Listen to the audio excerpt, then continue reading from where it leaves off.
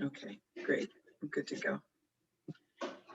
Okay, so I'm Ellen Lumpkin Brown with GlassRoots, and I want to welcome you to the GlassRoots WorkerSpace Lecture Series. It's one of our key programs in our virtual studios, and I work in the classroom where I actually teach entrepreneurial skills to teens and adults, along with the glass artists who are teaching glass in the studio. We're so excited to resume some of our in-person programming at our studios in Newark, including some of our public classes, private lessons, and studio rentals for glass artists. And we follow all of the local and federal and state public health guidelines in doing that. We continue to acknowledge what's going on in our communities and in our country, and we recommit ourselves to making our art for our community and with our community in support of social justice, to hold programs that create economic opportunity and tell our students that they can be agents of change, to open their eyes to opportunities and to encourage them to rise up and fully embrace their potential. And today, I'm excited to introduce you to Valeria Divinorum. Did I pronounce that right? Yes. Okay, good. Who is a fascinating glass artist who's going to tell us about some new types of glass art for GlassRoots. And also, it turns out that she's a member of the GlassRoots family. So Valeria, do you want to just introduce yourself a little bit and your art? And Valeria Divinorum, did I say that right? Yes, okay. Perfectly. Awesome. You got it. Yes, hi everyone. So my actual name is Valeria Divinorum. I'm from Buenos Aires, Argentina. I was born in New Jersey, but I left when I was young, and I lived all my life there until 5 years ago that I came back to the US, to New Jersey. I took some courses at GlassRoots. I learned how to glass blow there. I made a little pumpkin, and I really enjoy the community. And I started doing glass work when I was younger in Argentina. My mom is actually a glass artist. She does grisaille. She's very good at grisaille. I don't know if I'm pronouncing that correctly. In Spanish, we say grisacha, which is a medieval technique where you paint on top of the glass and then you use a kiln to melt the paint into the glass. So it's more with heat, right? But she also does Tiffany techniques. So she invited me to the school, which is called Taller Escuela del Sur, and which it means studio school from the South. Right. And my mentor, Andres Jacob, he he teach me how to learn how to solder in the Tiffany technique with metals and glass, but he also introduced me to the concept of sacred geometry. So that happened right after I finished my school. Sorry, I didn't mention that. My background is in architecture, but I don't work as an architect, even though I am. Yeah, I decided to go closer to my artistic skills. So I started developing these new skills, and I see art in a way that I can create architecture. That's why I got into glass also. I was driven into glass a lot because of its properties of with light reflection. And it's a material like water that you can see through, but it also can reflect light. So I like to see the glass as a medium that allows me to experiment with intangible properties of light and create spectral colors in space and create spaces with light, basically. Wow, that sounds fascinating. And I'm just thinking of some of the work that I've seen on your website, and then also the light behind you. How do you use light, should I say through glass? I'm not really even sure, but to create space. And then I'm going to ask you something else about the sacred geometry and succulents that has been on my mind. So Yeah, I have some images. Should I share my screen so I can yeah, awesome. share a little bit of a visual? Because sometimes these concepts can tend to be a little bit more complex. So I have a selection of images that I prepared. Let's see here. Can we see my screen correctly? Yes, I can see your screen. Can you see the image, or it's just the titles? No, the image is there. They're Okay. small. I don't know if you click on it, if it will get bigger. I think I shared the wrong screen. Let's see. How do I go back here? Sorry. That's all right. Let me see.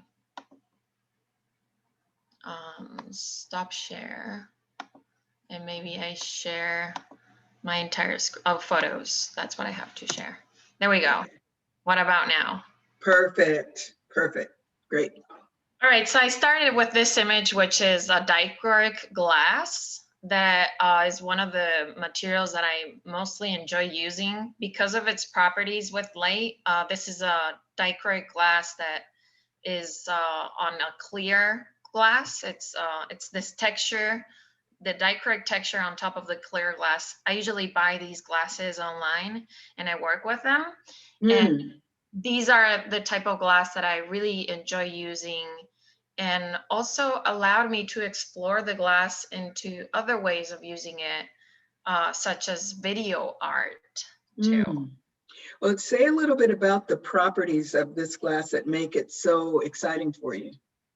So all the rainbows, all the different colors, depending on the angle of the light, it creates different colors. Sometimes you move this glass near the light and it could create a yellow, or it can project a purple. So it depends on the angle of the source of the light. Could be the sunlight too. It creates different colors around. Ah, I see. Okay, awesome. So I also added a picture of one of my pieces with a light going through it, and we can see where the glass is close to the surface where it's being projected. We can see the textures of the glass, but then mostly we see all the colors and the different ways of light going through the piece. When I was talking about how I can explore the colors and the reflections of the light through glass. Okay. And I've seen this one. It's amazing. Thank you. And going back to sacred geometry and how I got into glass, this is the first piece I ever made in glass. Oh, you're kidding. Wow. I love it. Thank you. So this is a sphere that has like a double spiral going around it. Which creates, if you hang this piece and you make it spin on its own axis, it creates optic illusion that it feels like this spiral is moving around the sphere. So those mechanics of starting to understand creation of objects made out of glass and metals that would allow me to explore the perception of space or even objects. And does this involve then a geometric relationship between the spiral and the sphere, or between the triangles and the spiral?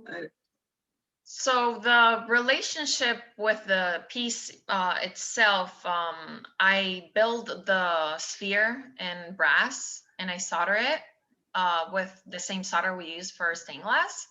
And then I created these little intersections where wherever there's a horizontal and a vertical line intersecting, I created a point to connect and create that triangle in the middle. So if okay. The spiral almost is built because of the sphere's structure. And now another thing that I really enjoy about learning sacred geometry through glass was I was able to understand the connection that human body has with nature. Mm.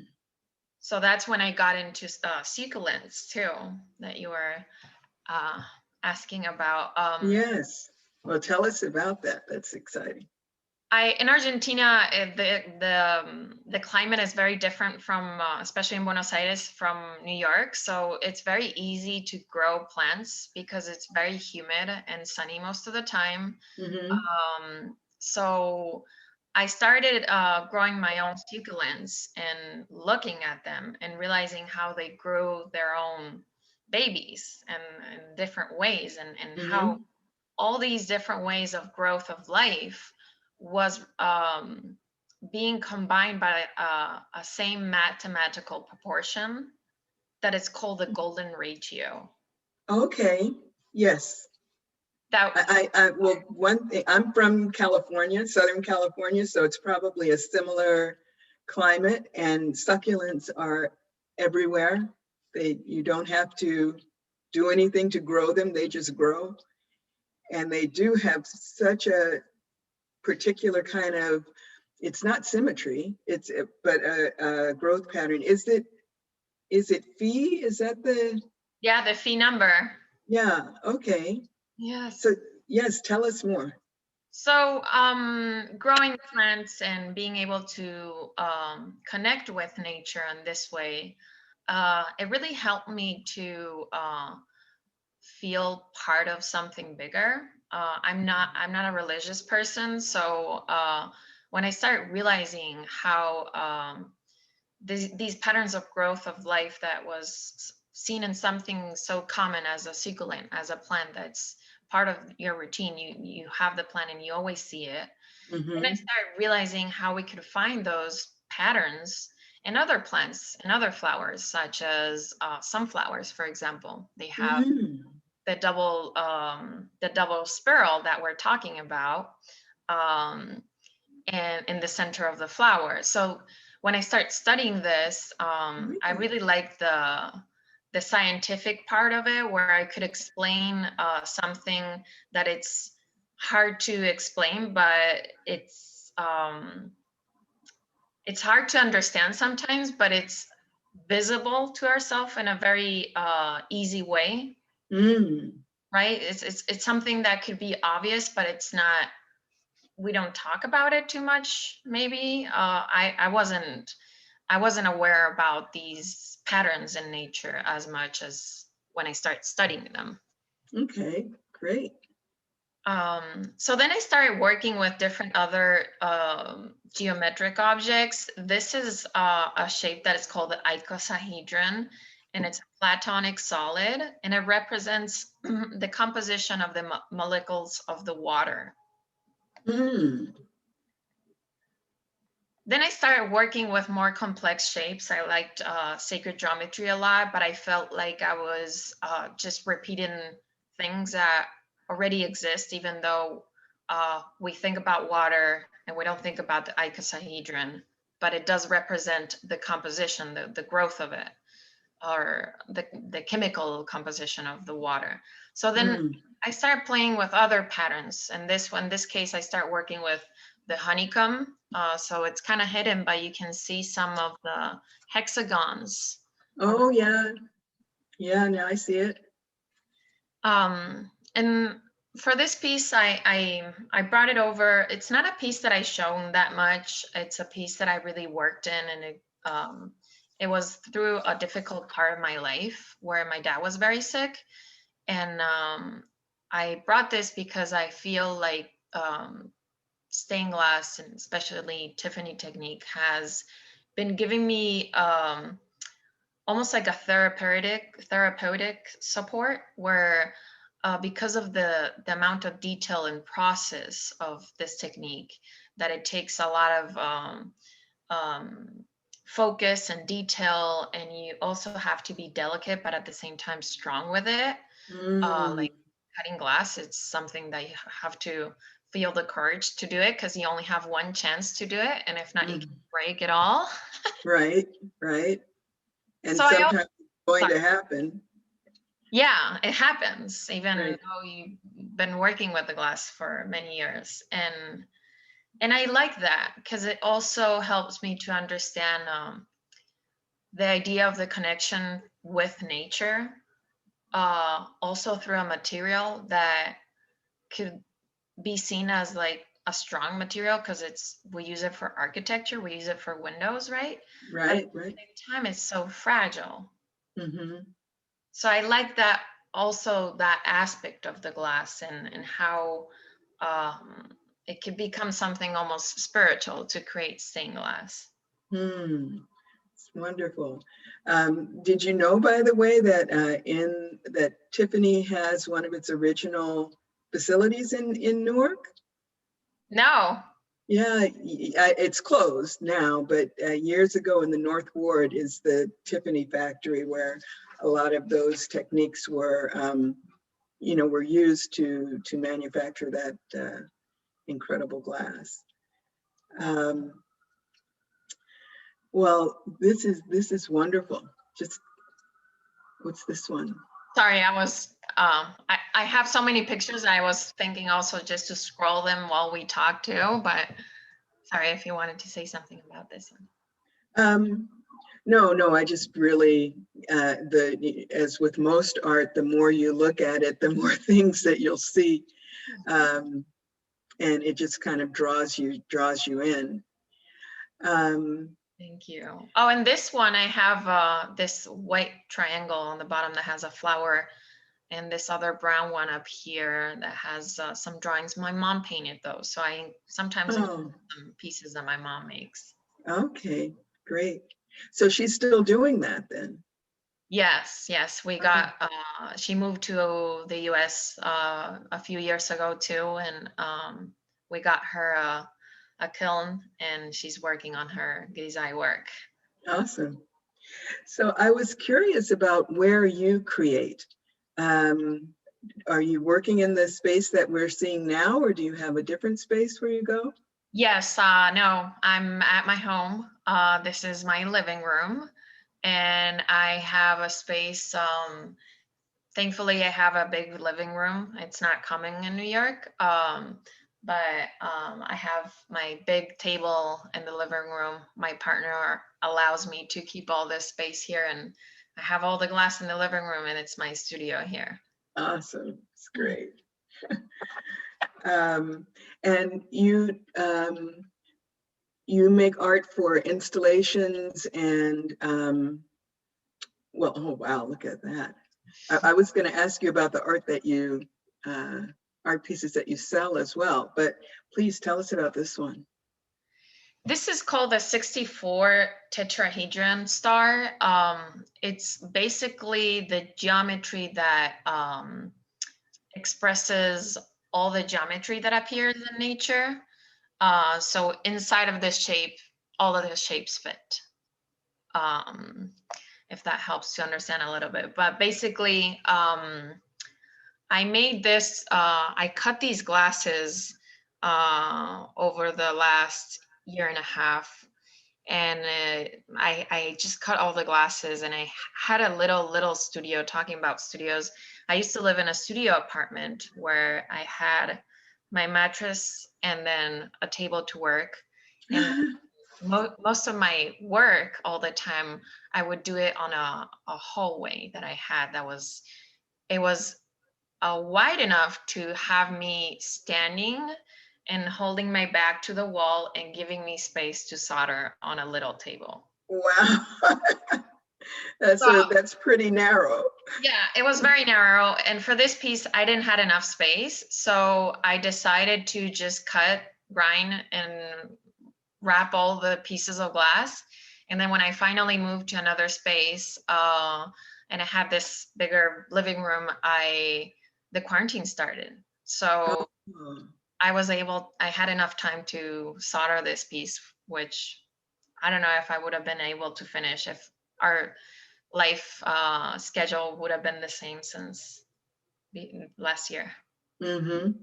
Wow.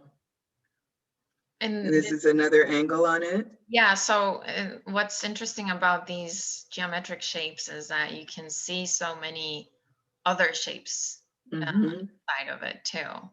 Yeah. And they really work with the optical perception of the objects and kind of plays with that. And then is that a reflection of it behind it? Yeah, this is a reflection. I try to blur it a little bit so it wasn't too strong, but basically it's just LED lights illuminating the piece. And because I use bevel glass, it creates this very clear drawing of the shape of the glass projected through onto the wall. Wow, it's that is amazing. That is really awesome. Thank you so much. Yeah. So I started working with bevel glass a lot. And this piece, for example, it has a mirror base, a color tinted mirror that it's golden. And there's all bevel glass wrapped on top of it, creating the cube bases. And this is just the sunlight coming into the room, and I'm holding the piece with my hand, and Wow. the sunlight just creates this effect in the room. It's like it is bursting. For me, it's like it's just bursting into pieces. Yeah. And that's another way also to see geometry, right? Like it could be a solid object like the ones I started doing at the beginning, and it could also be something like this where it's a cube and it starts creating more of what I call virtual geometry, where it's not really what you see as the object, but it's projecting something else. And the next, this is a picture I took of myself of, it's a selfie looking through a glass that I cut, a triangle. And then all these effects with the computer softwares that I use to project like more new media art. That's how they call it. It's more, I work with the light differently because it's processed by the computer, but always the light through the glass. So what I film when I do my videos, I film the light reflections, and I use the glass as a lens to see everything. And so on this glass, is there actually an image on it, or is that part of the computer? This is part of the computer, yeah. That's just a filter that it's on top of it, but it's just a clear glass that it's just wrapped and soldered. Wow, so creative. Thank you. So I put this image in the middle because the piece before this is how it's seen with the sunlight, and the next one is through projections. Okay. So if you see the image being projected, you can see the little circles. That's how usually we see light when we zoom in with a lens very close to the light source. So this is the glass that I use for this piece. I record I filmed that glass through light, and I went all around the glass and moved it around and created this more like a dynamic video, these light effects, and then I project with a video projector on top of the piece. And that's where it appears what I was calling virtual geometry. Some places I've been trying to do more research on these kind of effects because there's a lot of physics that involved in these kind of things, and I'm really interested in seeing how geometry can be unfolded and refolded. And one of the things that my professor Andres from Argentina told me is he talked about the fourth dimension, that it's not just a third dimension, that we as humans, we always perceive three dimensions, but usually it exists more than one dimension, more than the third dimension. So when you, for example, to understand this is when you have a cube and you create a cube, Right. you have 6 different faces of squares Right. folded into it. When we have something that it's called the tesseract or the hypercube, which is this shape, it's basically almost like understanding a cube inside of another cube. Okay. So to create the same way we go back from the 3D to the 2D with the cubes and the squares, the same way we can do that with shapes from the 4th dimension and bring them to the 3rd dimension. So that's what I try to do. I try to, like, with light and optics, create geometries that are part of the world, but we don't perceive them easily. Right. And then you're able to illustrate them or project them out Exactly. of the 3-dimensional space with the light. Yes, it's a little bit complex, and for me, it's already pretty complex. I'm trying to find better ways of explaining this, but I'm in the process of investigation, so I don't really know how to use the best terms to explain it. But it's basically bringing shapes from another dimension that it's, for example, this is the same concept. It's called a hypercube. So I felt in experimenting with the bevel glass and the light effects that it creates, I realized that using mirrors to reflect the light through it and then get into the glass through the mirror, then it would be another way to re-evolving or reanalyzing this these complexities in geometry. And so I applied a mirror on this shape. I have another picture. This is basically the hypercube or the tesseract. It's almost the same concept, which I was saying it's a cube inside of a cube. This is basically a fractal of squares. So a fractal is a pattern that repeats constantly, and the way it grows, it's the same pattern, but with different proportions. Okay. So if we look at this example, I feel like maybe it's easier to understand what I was talking about, the dimensions. In this piece, I have a projector hanging from the opposite wall where the piece is on. And I placed it on a pedestal and I projected a video I made of the glass that I use in the sculpture. And then I was able to find this magical experiment where I wasn't, when you project, if we remember the picture that I showed at the beginning, it was just one flat thing on top of a wall.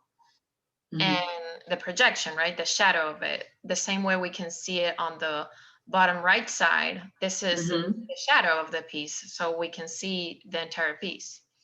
What happens when we project through an angle where the light is pointing directly to a mirror and then it's reflecting through glass, bevel glass especially, this is what happens on the right top. We have these kind of, and it's not only one, there's another one here, and there's another pink one on the other side. Oh my gosh.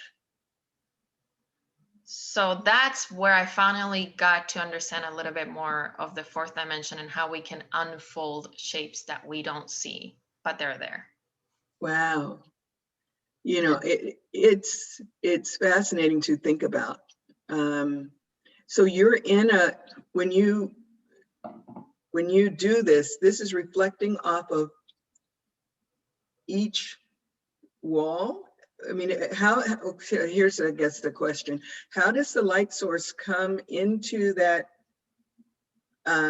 structure, into that piece of art, and then reflect behind it? It's very, it's almost like a magical effect, because I wish I knew more of the physics of light. I feel like I need to study more of that. But when I read about it, there's so many complex words that it's hard to understand. But basically what's happening, and this is what I know because it's what I did, is that the light coming from an angle, almost like a 45-degree angle directly into the shape that is pointing into the shape and touching the mirror. Then the way that light is projected, because it's surrounded by a structured bevel glass, it kind of creates these effects. But then if we look into the detail of the top right, on the green, there's some squares that I don't even know where they're coming from. And the angles are so weird, because over here we understand that there's a clear cube projected on the bottom, but on the top, I don't know how to explain that. I'm sorry. Wow. And so, well, I mean, that makes me want to ask whether there are installations that you're doing where we can also, you know, see this work, or if you have things coming up. But I also want to make sure that I ask you about the things that you sell, because you have some very accessible pieces for, you know, for people who fall in love with what you do. Yes, I do. So currently right now, I'm just going to move a little bit further with this images. They're just some details of the same thing. Right. Currently right now I have this show, and this is in Union Square in the city. Okay. It's literally half block away from Union Square. I can share more details later, but it's that Chashama space in Union Square. And people can just contact me and I'll send more details if not, but anyone can visit. This is for free, of course. And the gallery is open through Wednesdays until Sundays, from Wednesdays to Sundays, from 4 to 8. Okay. The galleries during the weekends are open from 2 to 8. So anytime could still work, but I recommend everyone visiting, if possible, after the sun sets, because then the projections look much more stronger, and then you can see much more of these effects. But you can still visit the gallery and you'll enjoy the work, of course. This is another piece. This is another time I was doing visuals with glass in a church that there was a concert. And these are the pieces that I sell. I brought, this one is not on sale, I already sold it, but I brought this image because I also wanted to talk about how it's important to be committed with, as an artist, and be active in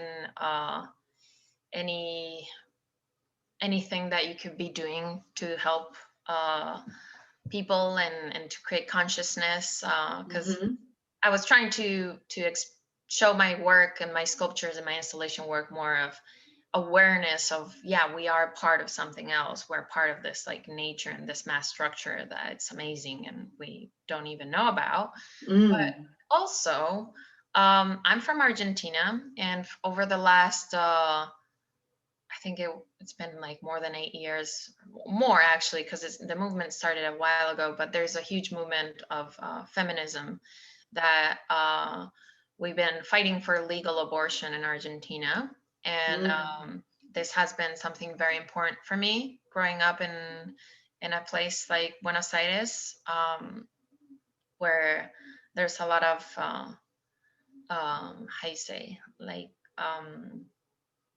unequalness between women and men. Yes. And so I fight that with my heart, because it was one of my struggles growing up over there. And I want to create that awareness. So I started making stained glass pieces that had different, more of course, this is a uterus and other symbology. I'm one of my references in art for these kind of works is Georgia O'Keeffe. Oh, wonderful. And I really like the way she works with flowers and feminine shapes and more Venus-y colors and shapes. So these are things that I sell. These are a little bit more expensive because of the amount of time and work put into these. But I also have smaller objects that are sun catchers. I like to call them space healers because they create rainbows and a lot of light colors around. So I feel like anyone can have this at home and contemplate it and feel a little bit more calm, or at least that's the feeling that I get when I see these kind of colors and light reflections in my rooms. And we all can use that now. Yes. And you know, it's interesting to hear how you really are blending your art and those passions that feed that with commerce in terms of the things that you sell. I know that some artists feel some tension between selling things and the artistic process. Do you ever feel any of that? Not personally. I do get those comments from people in the art world, and I think that usually, well, this is bevel glass, so I have to use new materials for these, but it almost feels like people can have in their homes a piece of my work because it's the same materials and it almost has the same idea. But of course, it takes me a lot of time to create a hypercube, so I can't sell those very accessible, but because then it's not gonna give me anything back if it's my work, right? But I try to make art and smaller objects and jewelry too. I have some jewelry objects that I make. And I try to make those with most of, especially the jewelry, with scrap pieces of glass that I have from my sculptures. So I recycle what I have, so then it's not a big cost of materials. I just put the price for the amount of time that it took me to do it, unless I'm purchasing something too expensive like dichroic glass. Right, and especially for that. Yeah, exactly. But I try to recycle as much as possible. I make bracelets with stones too. I make rings. And some of the stones that I put in my work were donated by an artist that was in their studio. So I also don't charge too much for the pieces that I have with stones because I think it's an energy that came to me and it has to go back to the world. Oh, keep the cycle going. Yeah, I feel like that's how it works. That's how it worked for me too. Every time I talk about my work I always say art comes to me in very unplanned ways and almost like I just follow some of my instincts and then all of a sudden doors open. I'm not trying to push to be a famous artist or to be the best glass artist in the world. I don't need that type of recognition. What makes me happy, and that's why I really enjoy and I appreciate you inviting me again to this series, is because I'm a person that wants to create art for the people and with the people too. I am a professor. I teach at LaGuardia Community College. I teach art, and I also been teaching and doing residencies in the Bronx in senior centers and and public schools. Wonderful. So every time I'm working, I'm trying to create that connectedness with art from not a snob place where everyone is invited and everyone is an artist. And if they don't want to be called artists, they can just be a person that likes to do art and enjoy it, and without any tags or any assumptions of what art making is. I love that. I love that. That is such an empowering way of thinking about art and bringing people to something that is probably already inside of them and giving it a way to come out. Especially, yeah, because, well, I don't teach stained glass too much anymore because of COVID, but I used to have a web page on a place called Course Horse, and they would Mm-hmm. give me a bunch of students, and Yeah. I would have those students over, and every time a student would come over, they would be like, oh, this felt more like a art therapy class, not just a stained glass session. And it's because anyone can have the skills of creating something that they enjoy. And Mm-hmm. it's just about letting people forget about the fear that we build when we become older, because kids don't do that. But That's right. I can't, So true. yeah, we can't do stained glass with kids. We tried it once at a community garden in Brooklyn that I was invited to give a free workshop, and I was very scared, but the parents were there.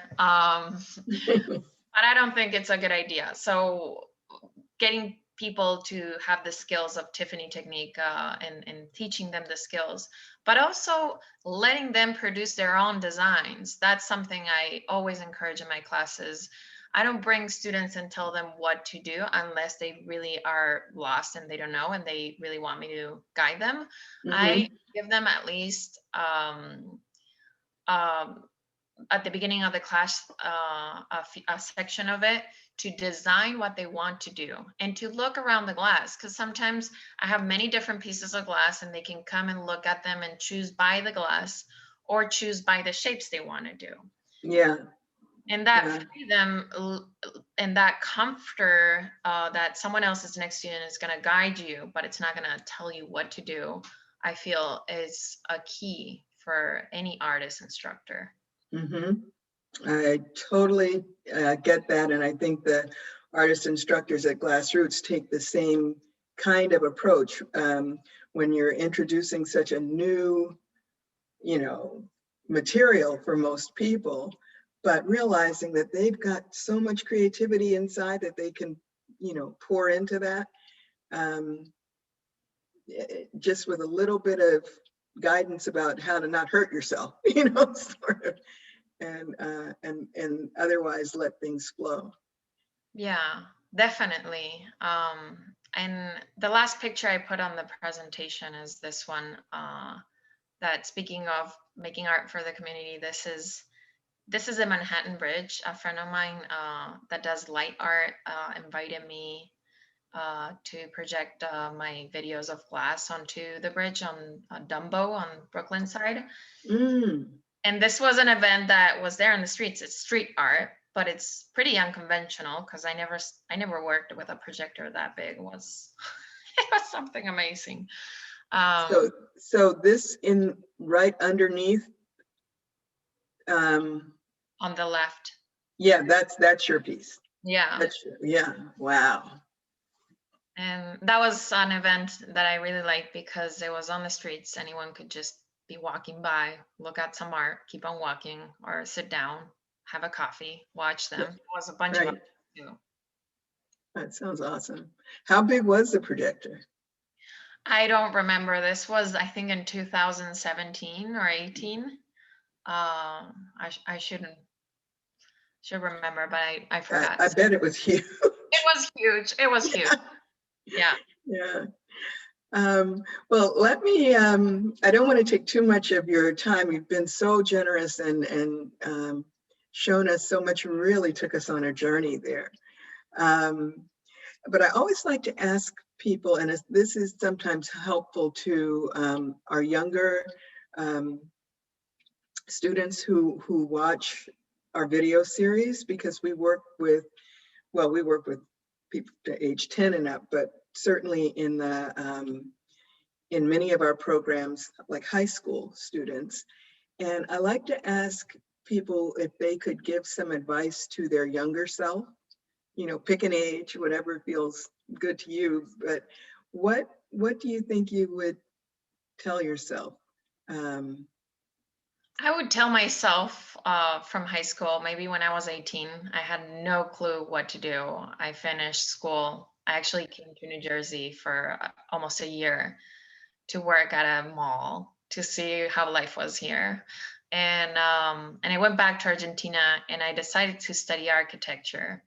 And it was too expensive to come here. Over there, it's for free school.